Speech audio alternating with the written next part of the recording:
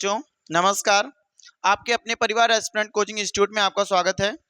आज हम लोग पॉलिनोमियल के बारे में पढ़ेंगे और इसके पहले की जो भी टॉपिक आपको पढ़ाई गई है उन चीज़ों को आप रिवाइज किए होंगे और जो भी जहां भी होंगे पढ़ाई करते होंगे। आप बिल्कुल व्यस्त रहिएगा, अपने जीवन में बिल्कुल व्यस्त रहिएगा। एक काम करिएगा, जो भी चीज़ें हम पढ़ रहे हैं उन चीज़ को रिवीजन करते रहिएगा। अगर आप जितना बेहतर रिवीजन करेंगे आपकी चीज़ें उतनी ही बेहतर होती जाएंगी। कहीं भी रहिए, कहीं भी हो आप, वहां पे पढ़ते रहिए। हमसे ना पढ़िए, किसी और से पढ़िए, लेकिन पढ़ते रहिए। आपके जीवन में बस एक ही लक्ष्य है, पढ़ाई करना। आज ये चलते देखते हैं हम पॉलिनोमियल के बारे में। पहले देखो पॉलिनोमियल है क्या, बहुपद क्या है। तो दो तीन, ये देखो, दो तीन बातें याद रखना। बहुपद में जितना भी बहुपद होगा उसको पी से डिनोट करेंगे, जैसे एक्स, तो एक्स के टर्म में बहुपद होगा।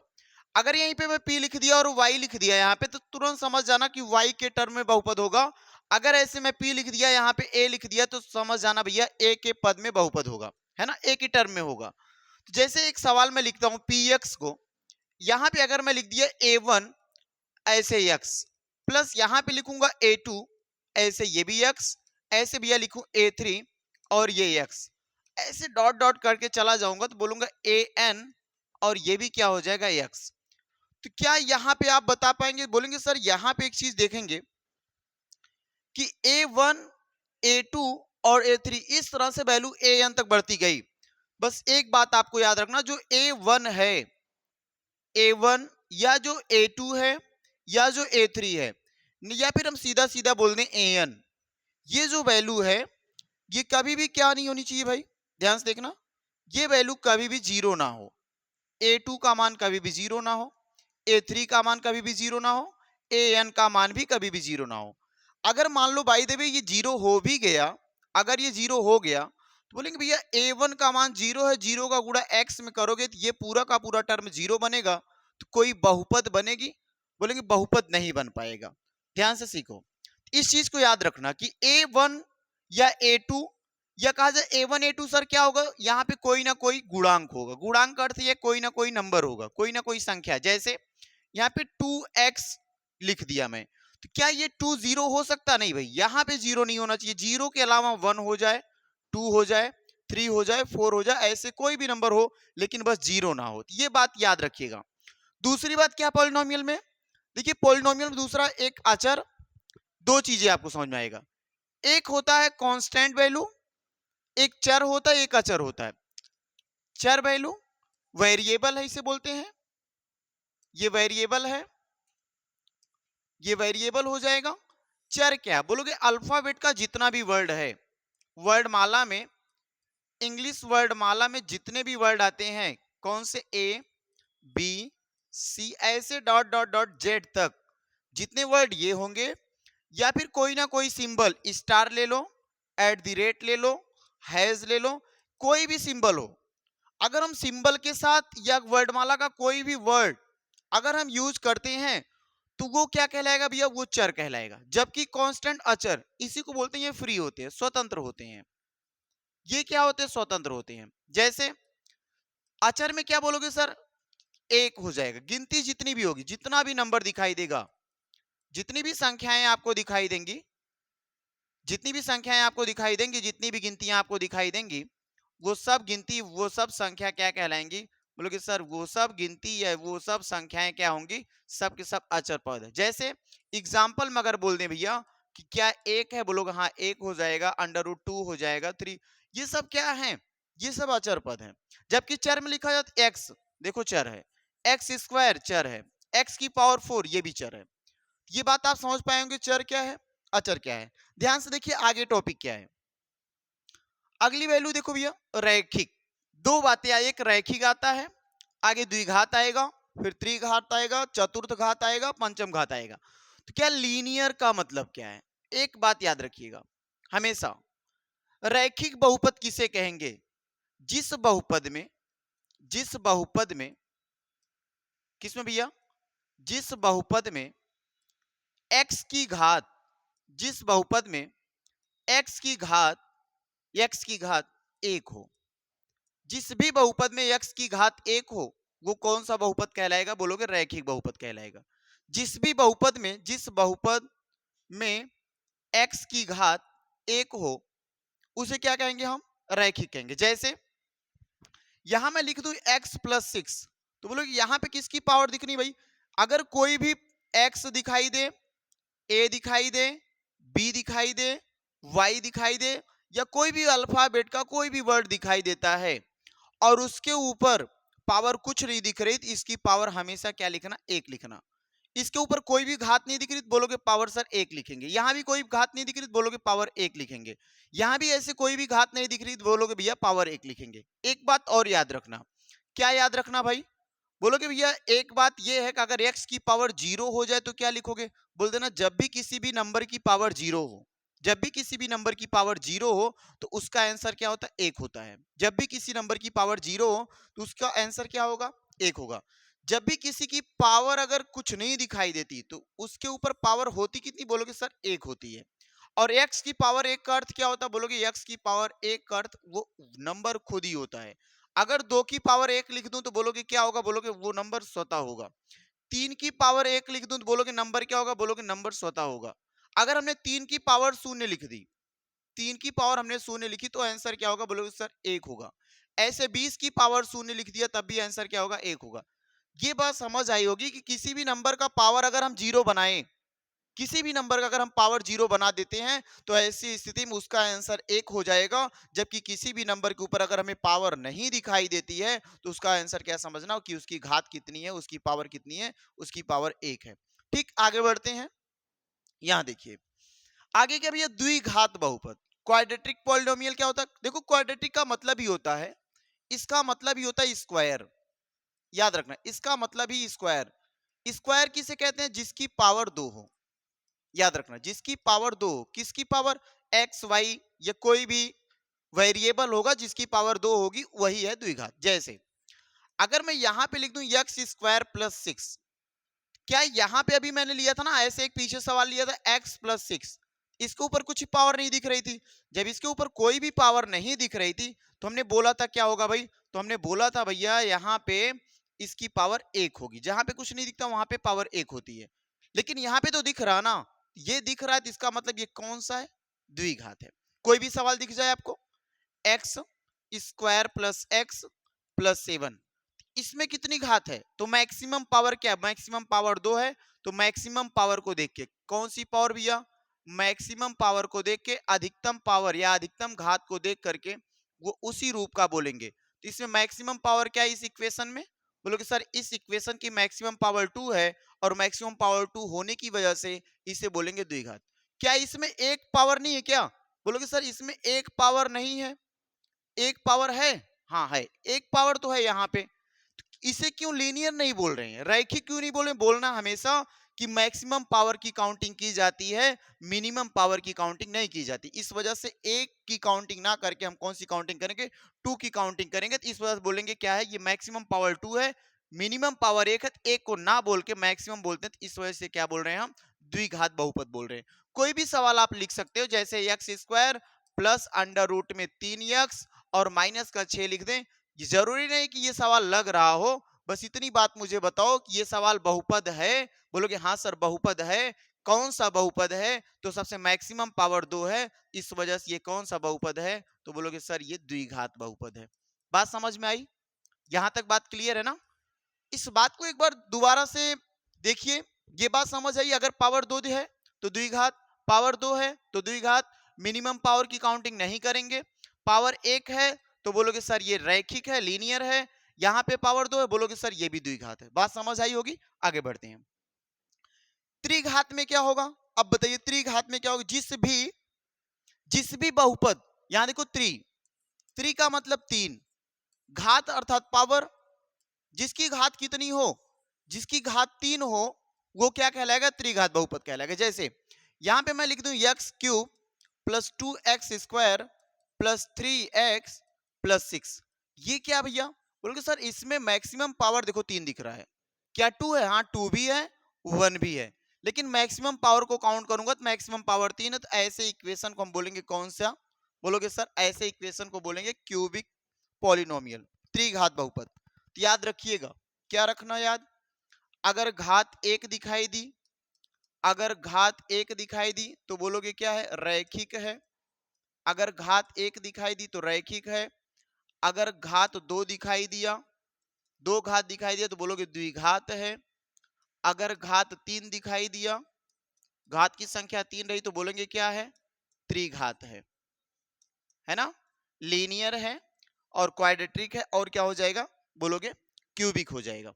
यहां देखिए आगे बहुपद के शून्यक, ये क्या होता है, कोई भी बहुपद होगा, देखो ध्यान से, जैसे एक सवाल में लिख देता हूं, भाई एक सवाल कैसे सॉल्व कर लो, पहले एक सवाल लिखो, एक्स स्क्वायर प्लस 5x और प्लस का 6, अगर इसको सॉल्व करें इस इक्वेशन को, पहले बताओ कैसा सवाल है, बोलोगे सर ये तो द्विघात बहुपद है, हाँ बहुपद है, बहुपद में कौन सा बहुपद है, बोलोगे ये द्विघात बहुपद, एक तो पहले बोलेंगे बहुपद है ना, अब बहुपद में कौन सा बहुपद है, तो बोलोगे बहुपद में द्विघात बहुपद है, याद रखना द्विघात बहुपद है ना, बहुपद है, बहुपद में कौन सा बहुपद है, द्विघात बहुपद है।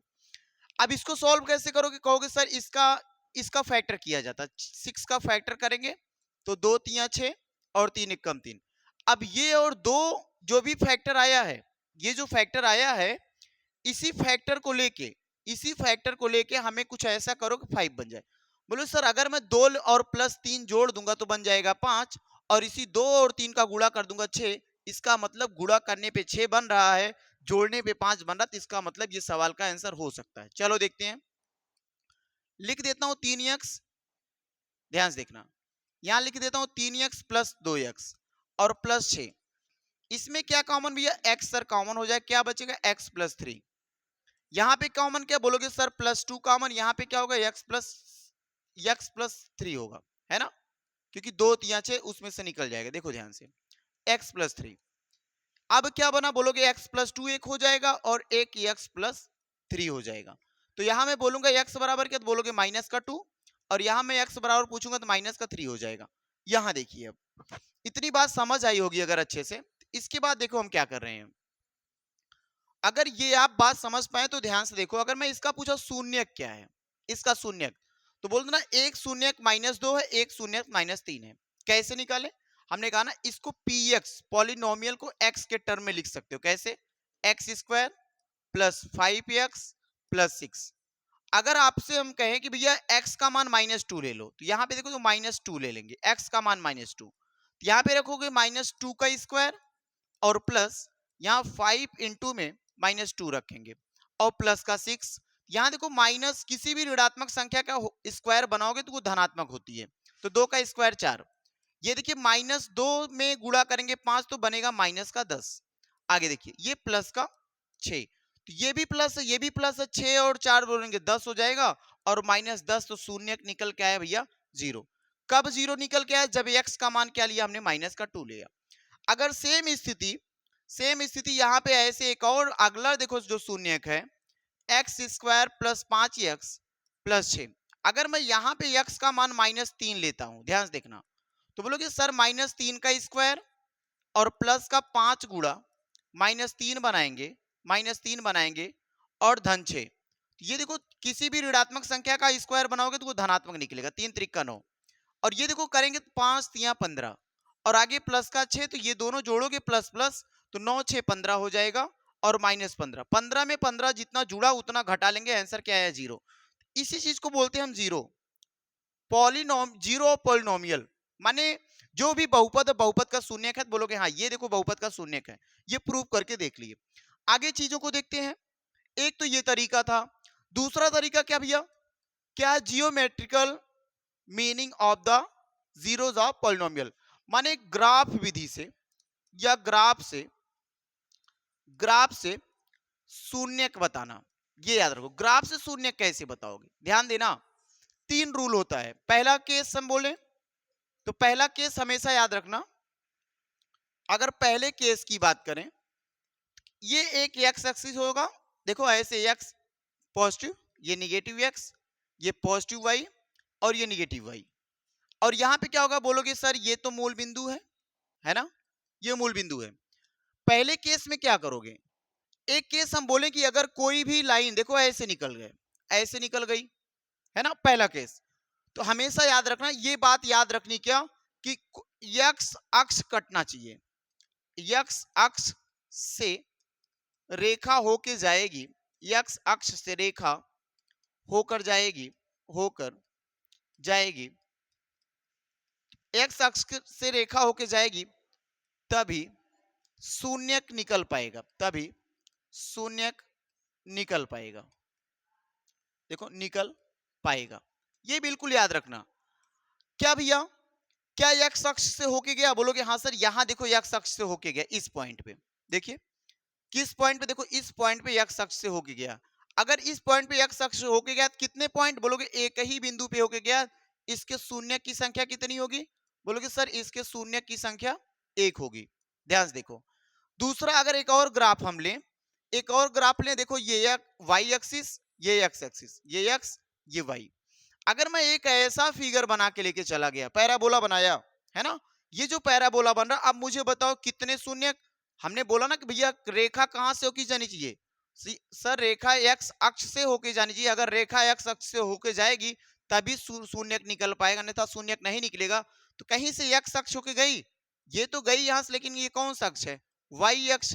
तो एक्स अक्ष से होके नहीं गई, तो इसका मतलब इसमें शून्यक है। तो बोलोगे इस सवाल में शून्यक नहीं है, इस सवाल में शून्यक नहीं है, याद रखना।